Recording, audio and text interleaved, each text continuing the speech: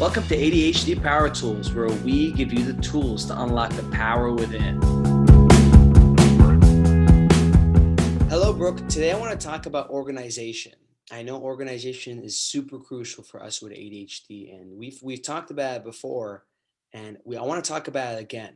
I want to ask you, what are some tools you can give us with organization so we can add more to our organization toolbox? Yes. Organization. It's so funny because when I was younger, I was not an organized human. I would have piles of clothes on my floor. In fact, funny story, we got robbed twice in my house growing up, and the robbers did not come and steal anything from my room because there must have been two of them and thought that one already was in there. So I promise you, the reason why I'm telling you this story is because there's hope for you. If you have limited organizational skills, doesn't mean that you can't get organized in the ways that you want to. So it's not stressing you out. And something I like to say is an organized area is an organized mind. So here we go. Lots of different organizational hacks and tips. One big thing that can help you, of course, as a coach, but there's also an organization called NAPO. It's the National Association of Professional Organizers. So if you just feel like you can't do it yourself, you don't want to do it yourself, you don't even know where to start, there are people who can come in and help you organize and get a clear environment or a clear starting point for you.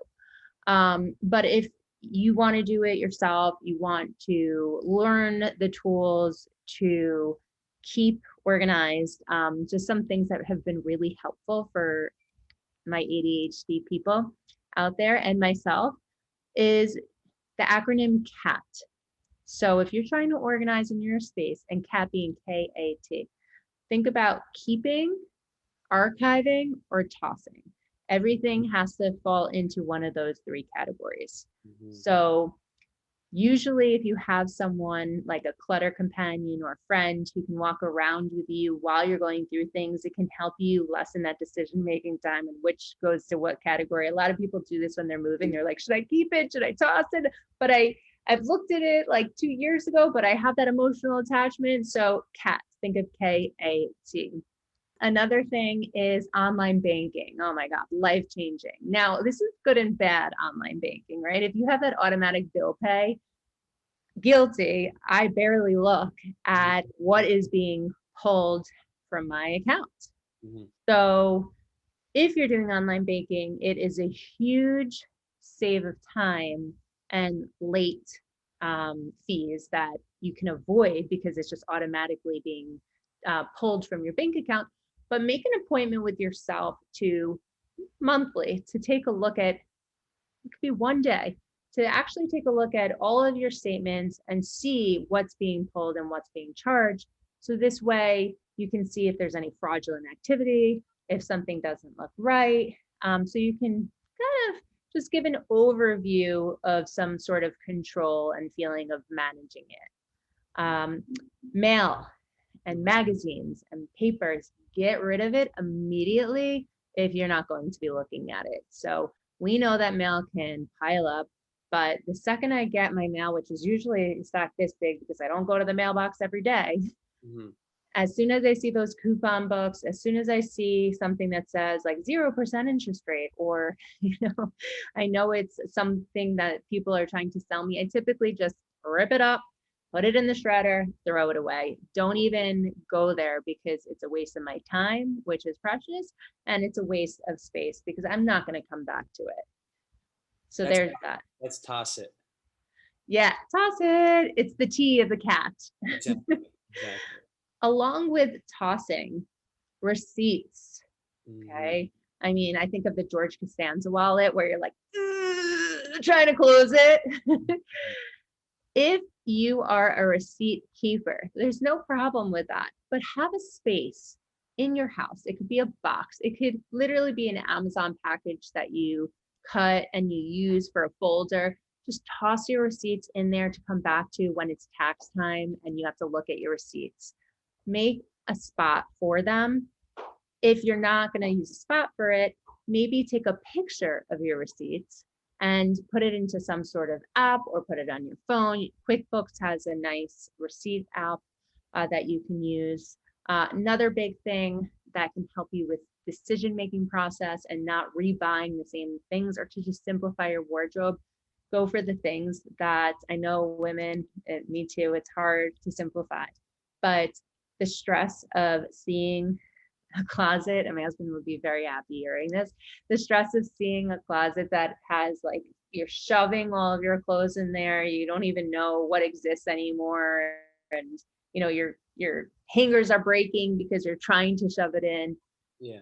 It's time to simplify. So the odds are, as a woman, you probably have a lot of the same stuff that you don't even realize. So when it comes to wearing clothes, most of us usually end up wearing whatever's on top or the same stuff all the time anyway, unless you're out to impress someone by wearing different outfits. Mm-hmm. So simplify your wardrobe. It could help with the decision-making process. It could help with the chaos. It could help with you finding things, and it could help you with your executive function so you don't shut down in this chaotic closet of yours. Some 100%. tools, I'm sure more will come. 100%. Now, the closet thing, I think I've brought this up in an earlier episode. There was a point where I was looking in my closet and I had all my winter clothes in there. And I was like, why do I have all these hoodies right now? It's 90 degrees outside. So I did exactly that. I simplified my closet.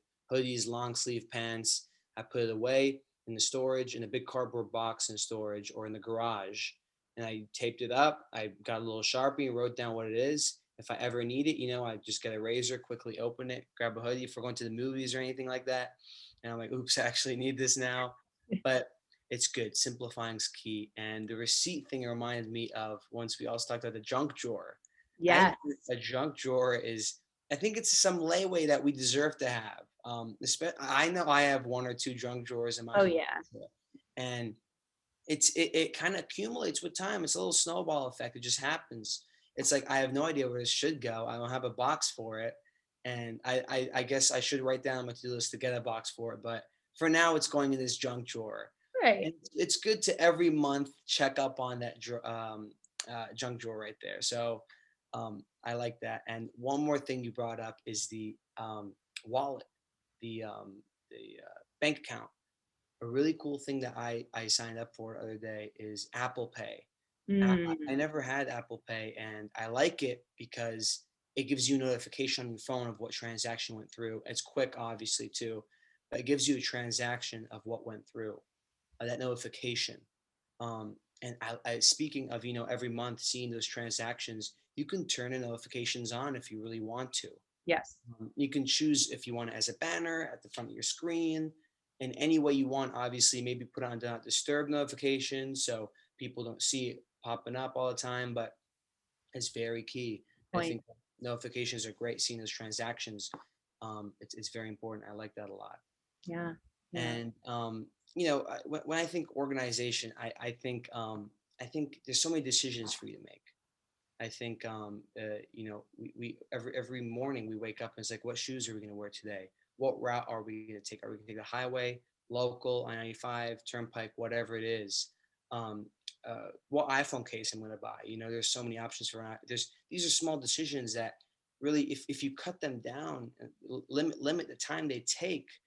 I know I sometimes take days to really decide what iPhone case I want. Next thing you know, my iPhone's broken. Analysis paralysis, researching the best option when really you don't know what's best. It's like 100%. anything will probably suit your needs. Exactly. So that's where limitations come in play. One limitation is a budget. Put a budget, simple budget. Obviously, what do you want? You want a light iPhone case, you want a heavy one, but budget is very important. Have a range, and once it falls in your budget, get it. Limit that decision making time. Um, Mm, another thing is deadlines. Create a deadline for something. Create a deadline is very key. I think I've learned this in the past couple of years that you know if there's something I need to do and I really want to do, it's up in my priority list, but there's no deadline, there's no due date. mhm. I'm not gonna. It's gonna take me a much longer time to do it. So I put a due date and a deadline, and I maybe call one of my friends, my family, my girlfriend. Hey, I put a deadline here. You got to hold me accountable for this. I'm gonna look bad if I don't do it, and that helps out a lot. accountability comes into play and staying organized in that sense. And there's also like, a really cool thing for staying organized is sometimes, traffic is annoying, and we want to stay organized everywhere we go. We have so many decisions to make left and right, and organization plays a role in everything: our room, our car, our schedule, everything we do.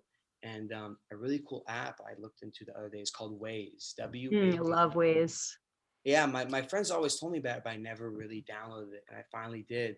And it's so cool because it shows you like there's these category tabs like gas stations, drive-throughs, coffee, food, and it's shocking because like you press gas stations and it shows you all the prices and stuff of the gas stations around you, and you can go to the cheapest one. So that was a really cool thing I want to share with everybody here. And yeah, it's Waze. Download Oh Waze. It's yeah, really cool. It's really cool. love Waze.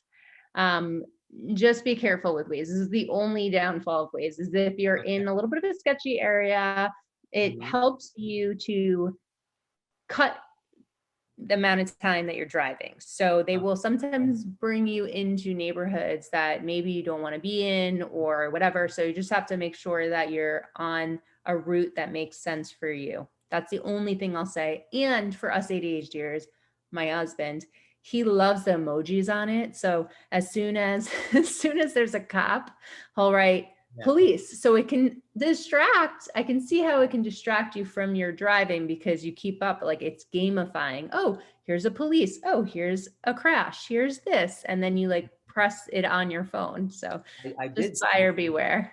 Yeah, I saw that. I saw how it's interactive in a way, and I was like, "Oops, I can't be on my phone while I'm driving because this is." Yeah, this is very distracting. Yeah, So if you have ADHD, you might want to consider not doing that piece for Waze. exactly. I'm already distracted regardless. I don't think Yes. adding emojis is a good idea, but that's good to know. It's 100% One, good to know. yeah, just a couple more things, and we could probably do an organization 3, 4, part 5, 6, 7, 8, whatever.